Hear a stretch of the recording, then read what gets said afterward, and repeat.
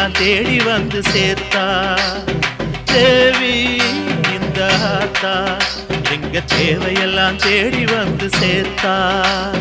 தாய்மையிலே பார்த்தா நோய்களிலே காத்தா பூவெடுத்து போட்டா பொன்னளப்பா ஆத்தா பொன்னளப்பா ஆத்தா பொன்னளப்பா ஆத்தா.